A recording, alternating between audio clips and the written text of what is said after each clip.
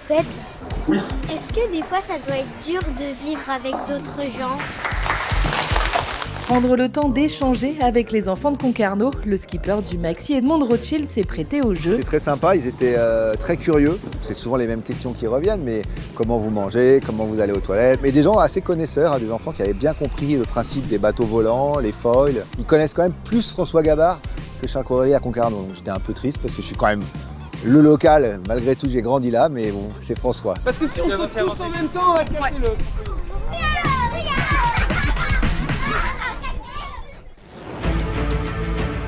À s'aligner sur la ligne de départ de la deuxième édition de la Finistère Atlantique, ils seront 5 ultimes, 5 maxi trimarans. Au programme, 2000 milles nautiques, soit plus de 3000 km pour rejoindre Antibes en Méditerranée. Voilà, ça va être un terrain de jeu qui va être assez ouvert en mer Méditerranée et ça peut être en notre faveur. Voilà, on sait qu'on va un peu moins vite que les autres, mais par contre, le terrain peut s'ouvrir pour nous en Méditerranée. On va chercher de la bataille et du match surtout, quoi. Et après un tour du monde en solitaire en début d'année, place à l'équipage.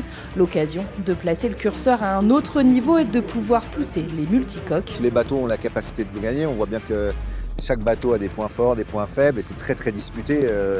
Donc on vient pour gagner. Et un des objectifs, c'est aussi de préparer ce trophée Jules Verne pour tous ceux qui vont y participer, je pense aussi.